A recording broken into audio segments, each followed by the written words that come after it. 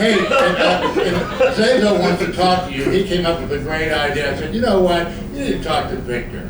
So, anyway, we're just a bunch of crazy Bitcoiners. We have all kinds of crazy ideas. And the craziest idea that I ever, craziest guy I ever met, and I think the first guy when I started researching Bitcoin was Mad Bitcoin! Of course. You know, he's the oldest entrepreneur in this room that I know of in Bitcoin, all right? And that's why, you know, he needs to be recognized. He should be the MC for any legitimate Bitcoin conference. That's why he's the MC at the first Bitcoin Cruise Conference.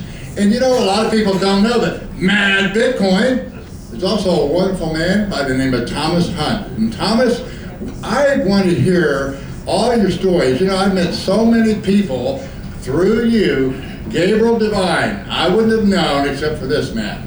I would never have known about Tone Bays except through this man. I think Jimmy Song, right? I would have never known about Jimmy Song except through Thomas Hunt. And there's so many people that have been introduced to they've kind of gone to the next level. They always come back. But, you know, come on up here. I want to hear this story because he is the epitome of where we're going. And he deserves Mad Bitcoin. Look, I talked to him when Ugly Old Goat came out. I said, whatever happened to Mad Bitcoin? He needs to be brought back. I said, you know what? The problem is you are the first name. And they were too into, I don't know, Bitcoin or something. They don't have the fun that Bitcoin really is.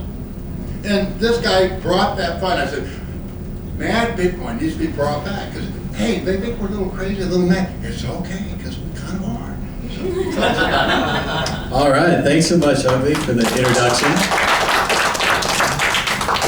So, well, first I'll just talk about Mad Bitcoin. So it was April of 2013, and the price of Bitcoin had just broken through $300. And I knew about Bitcoin when it came out. I read about it on Slashshot. I put it in the back of my mind. I heard about it when it hit $1 and the EFF was accepting it, and it was very interesting. And then it went to $30, and I was like, oh, I missed the boat at $1. I'm so dumb.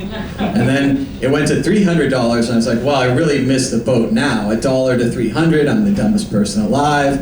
I had $1,000 or whatever. I put it all in.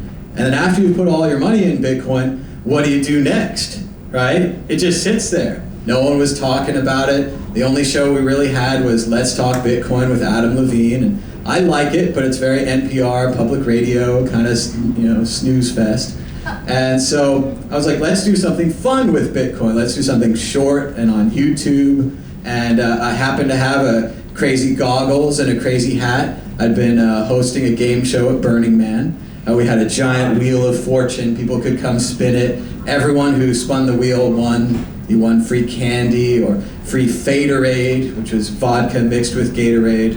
We have a special formula. We carbonated it. We chilled it. We had it in kegs. It was Faderade.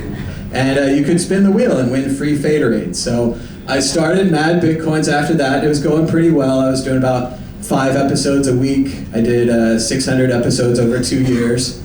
Just cranking them out.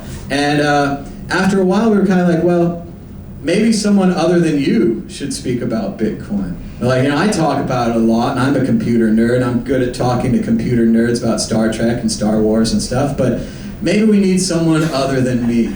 So for a while there, we were doing the Bitcoin group, and I'm a big fan of McLaughlin Group. He did for 35 years this show on PBS where they'd sit around in a round table and discuss the issues, and he'd say, okay, you know, right-wing person, oh, left-wing person, you disagree with each other, and it was always a debate and a discussion. So we started the Bitcoin group, and it had its own channel there for a while, and we were doing pretty good, having on different guests, people like Tone and Jimmy and Andreas Antonopoulos, and we had Adam Levine on there in a couple episodes, and it was going pretty good. We still didn't really have a network or a place where we could just talk about Bitcoin. So my brother and I were watching a movie, and of course it's going to be one of those epic movies that you always want to remember, like The American President or Dave, or, oh, you were watching, that's an epic, that's such a well-acted, fantastic piece of work. Well, we were watching Anchorman 2.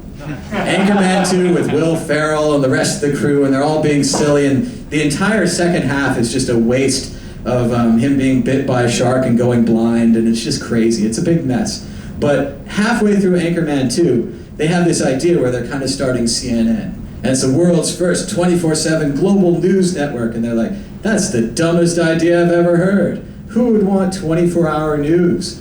And of course, Will Ferrell, the Anchorman, responds to the problem by making the news interesting. What if we made the news fun? And it's got, squirrels on water skis and pictures of puppies and American flags and all this kind of thing. And we're like, well, what if we made the crypto news fun? So then we decided to start the World Crypto Network. And we were just going to talk about Bitcoin and other cryptocurrencies all the time.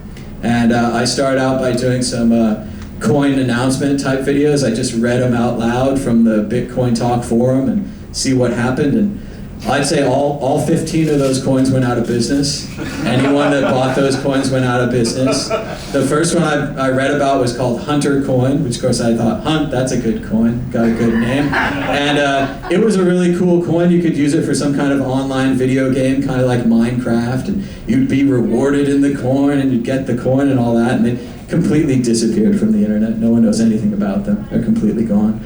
But then about a week or two later, Mt. Gox up and collapsed. So that was a surprise. So one of my friends, Chris Ellis from England, got on the World Crypto Network and started a live hangout and invited our other friends like Andreas and some other people, Will Pangman and Blake Anderson and all these early people. We all got on and talked about Mt. Gox going down and tried to chill people out. Try to say it's going to be okay. You lost all your Bitcoin, maybe you'll get them back. And they're only worth $300 a piece now. It's fine. You'll be fine. And we just kind of kept making shows, and I invited other people to do weekly shows. And a lot of people showed up back in the early days, like Christoph Atlas did a great show called Dark News. And it was so fun. He's a libertarian. He used to do the price of gold, the price of Bitcoin, the price of it was called Dark Coin back in the day, but now it's called Dash Coin. I like Dark Coin much better. And he would also do the price of bullets. It was great. It's hilarious. You can go back and you can judge how much were 22 rounds versus this. And he had his own unique take on the price charts. You don't see many people doing an amount of 22 shells anymore. And we had this great guy from Indonesia who volunteered completely on his own to do a puppet show called This Week in Cryptos. And you can go back in the archives. He's got a little talking bear puppet, and he does all these voices, and he did all these graphics, and it's just an incredible show. And I begged people to watch it on Twitter. I was like, please watch this show. It's better than Mad Bitcoins. It's better than the Bitcoin group. And still no one would watch it, and he went off and does special effects for his own movies now or something. But so people keep coming in and coming out, and like Ugly was saying, we had Jimmy Song and Tone Vays were on there for a while doing the Bitcoin group.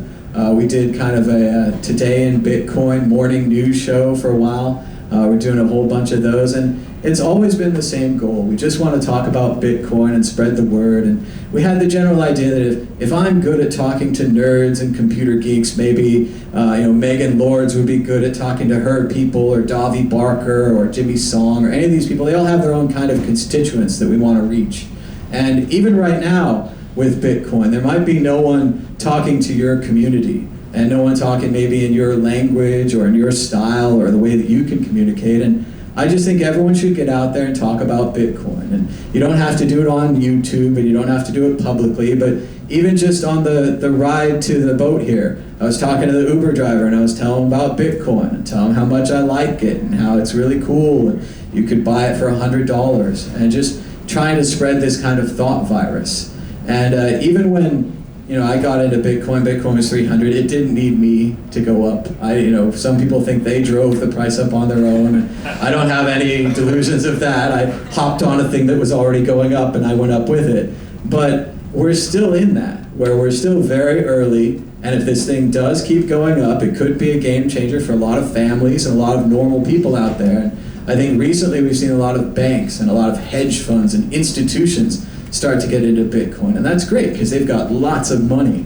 So we know that's going to drive up the price. But it's also going to end the opportunity for normal people to get involved. Already at $10,000, I've never had $10,000 in my life. Having a whole Bitcoin at $10,000 seems impossible to a normal person. So we're already past that. We've got to start selling them 0.1s. or 0.01s or something, and telling them that's going to be okay. But I just don't think it's too late. I think we all need to talk more about Bitcoin, and that's what we started the World Crypto Network for, and that's what we've been working on all these years. So there you go.